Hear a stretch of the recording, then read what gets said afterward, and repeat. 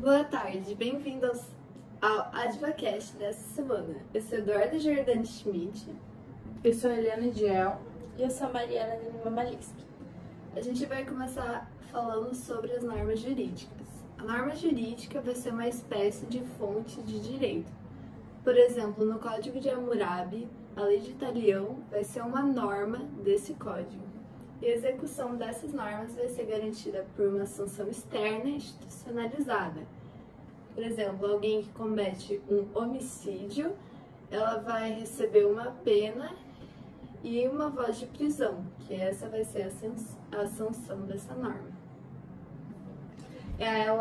As normas jurídicas podem ou não produzir efeitos jurídicos.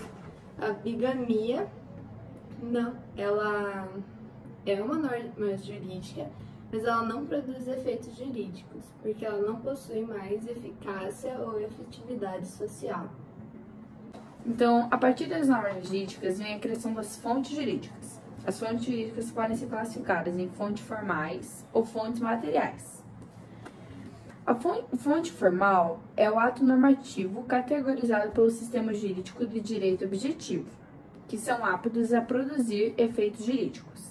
Exemplo, lei ordinárias, complementares, etc. E aí tem a fonte formal, material, que são os eventos, fatos, acontecimentos políticos, econômicos ou sociais que podem influenciar na criação de direitos, ou seja, na criação da fonte formal. Como exemplo, a gente pode dar a Lei Maria da Penha, que foi o caso de uma mulher que foi agredida pelo marido e gerou um grande debate na época, e com isso teve a criação da Lei Maria da Penha. Características da norma jurídica. Para que a norma seja considerada jurídica, as características essenciais ou imprescindíveis ou obrigatórias devem estar presentes. A primeira característica essencial que nós temos é a heterônima. Ela é produzida e fixada por uma autoridade regularmente investida para essa função, e ainda ostentar o caráter de generalidade, aplicada a toda uma categoria de destinatários, e não a alguém específico. A segunda característica é a imperatividade. Ela tem um caráter congênito, obedece à norma e não é uma faculdade, a não ser que ela própria assim o preveja. Direito recomendatório, caráter apenas de recomendação. A terceira é a coercibilidade, apresenta a possibilidade de gerar consequências se descumprida. Sanção, provendo ser positiva ou negativa. A quarta característica é ser contrafática, ou seja, vai independer da vontade da sociedade e do povo. E a última característica essencial seria a bilateralidade atributiva. Essa bilateralidade sendo relacionada ao fato de ter uma face e uma contraface, que nesse caso vai ser um emissor e um destinatário. Além das características essenciais, tem as características não essenciais, que são classificadas em 3. Clareza, que o ideal seria que todas as normas fossem claras e de fácil compreensão para os cidadãos não tivessem problemas para segui-la. A segunda é a ausência de contradição, que é o conflito aparente de normas. E a terceira é a estabilidade, que não pode ser alterada toda hora. Agora a gente vai contar uma historinha que foi criada para exemplificar, de uma forma descontraída e divertida, as normas jurídicas. Em 2050, um novo vírus foi criado em um laboratório francês e solto acidentalmente, ou ao menos é o que dizem. Ele se espalhou rapidamente pelo mundo, atingindo todos os continentes e se tornando uma pandemia, deixando todos os líderes mundiais em alerta.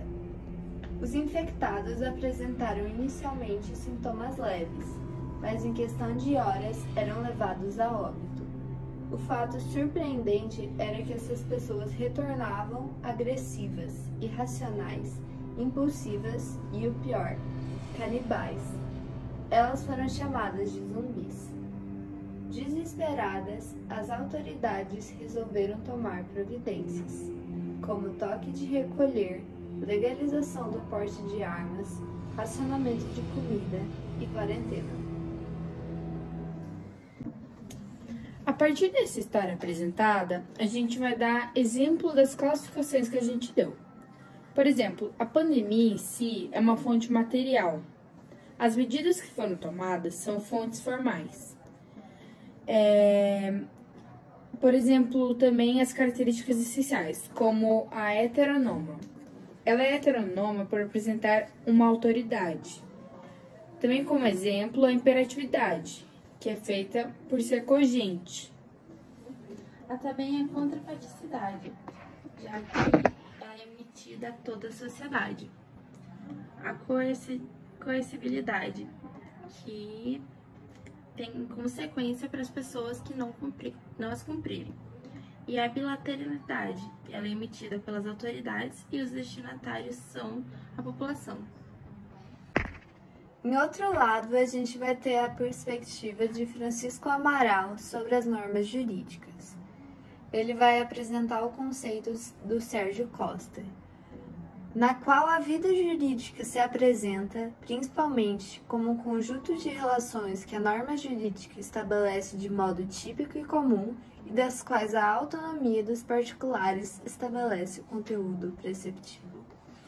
Ou seja, essas regras ou normas vão estar nas leis, nos costumes, na jurisprudência, nos princípios gerais do direito e vão constituir o chamado direito objetivo.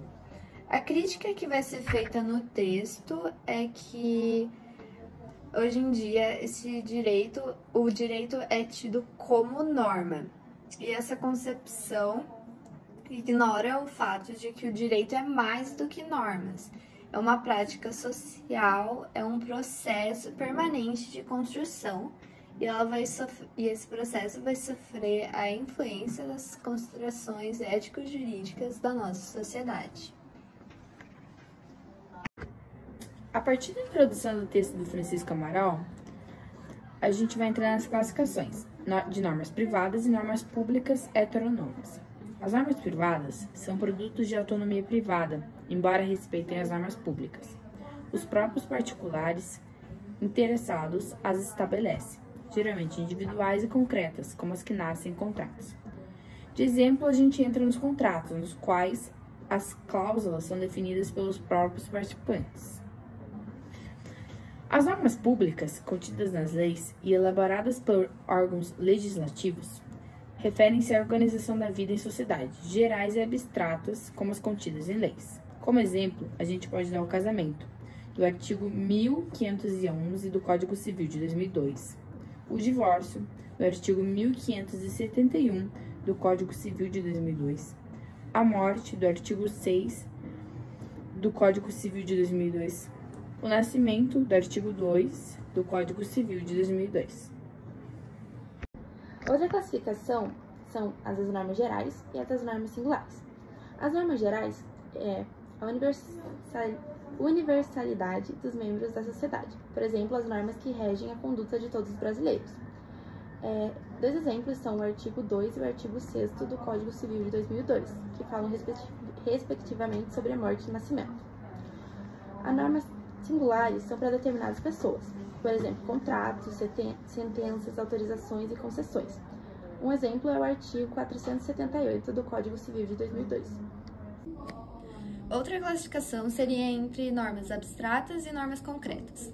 Nas abstratas são as que prevêem uma categoria de fatos, ou seja, elas são universais com respeito à ação, tendo como exemplo o artigo 186 do Código Civil, que vai retratar sobre os danos morais. As normas concretas prevêem um determinado fato, e como exemplo a gente vai ter a compra e venda de um objeto determinado. Além de abstratas e concretas, nós temos as cogentes e não cogentes. As cogentes se impõem de modo absoluto, são imperativas e determinam uma ação. Ou proibitivas, impõem uma abstenção, aplicam-se em qualquer hipótese, regulam matéria de ordem pública e de bons costumes. E as não cogentes, que só se aplicam na ausência de regulamentação privada. Elas são permissivas, permitem o livre exercício de vontade individual na disciplina dos interesses particulares. A próxima classificação das normas são as normas interpretativas e as normas integrativas. As normas interpretativas estabelecem os critérios a seguir, por exemplo, o artigo 102 do Código Civil de 2002. Já as integrativas compõem as outras normas preenchendo as lacunas, por exemplo, o artigo 327 do Código Civil de 2002. Então é isso. Obrigada por ouvir o nosso podcast e continuem acompanhando os outros grupos. Tchau!